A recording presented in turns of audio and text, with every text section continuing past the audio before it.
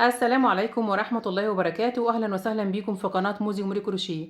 في فيديو النهاردة جايبه لكم شنطة سواريه شكلها حلو جدا زي ما انتم شايفين، وطريقتها كمان سهلة جدا جدا. شغل الفنانة رحاب عياد.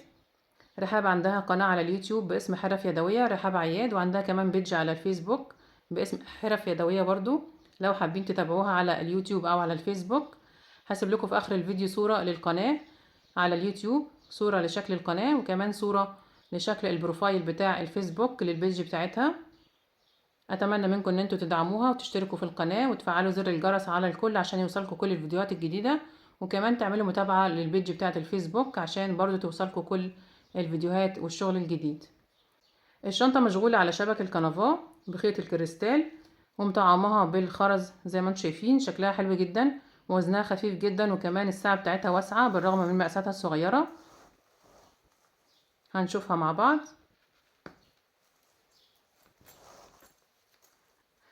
عايزه اقول لكم ان رحاب متعدده المواهب ما شاء الله عليها، زي ما قلت لكم قبل كده في فيديو سابق. بتشتغل كروشيه، بتشتغل تريكو، بتشتغل خرز، بتشتغل تفصيل، بتشتغل كمان اعاده تدوير، بتعمل حاجات حلوه جدا. ويعتبر كل التصميمات اللي هي بتنفذها على القناه بتاعتها تصميمات حصريه من تصميمها هي. بس طبعا لو حابين انها تشتغل لكم تصميم معين هتختاروه انتوا، تقدروا تتواصلوا معاها عن طريق التعليقات في القناه او في البيج على الفيسبوك، هتنفذ لكم الموديلات اللي انتوا عايزينها. شرحها وافي جدا ومفصل للمبتدئين. ان شاء الله الشرح يعجبكم.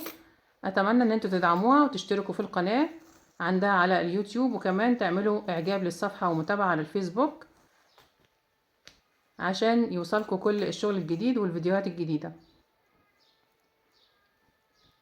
طريقة عمل الشنطة بالتفصيل موجودة على قناة حرف يدوية رحاب عياد على اليوتيوب. هسيب لكم الرابط في الوصف تحت الفيديو ده، وتقدروا كمان ترجعوا للقناة، هسيب لكم الصورة بتاعتها في اخر الفيديو. ولو انتوا بتشاهدوني من على الفيسبوك هتلاقوا الرابط في التعليقات تحت الفيديو.